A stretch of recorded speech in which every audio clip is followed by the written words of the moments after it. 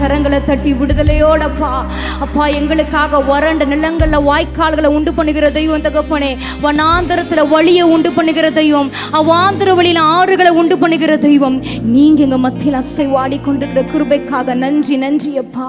எங்க ஆராதனை துதி பலிகளை உமக்கே நாங்கள் செலுத்துகிறோம் அப்பா.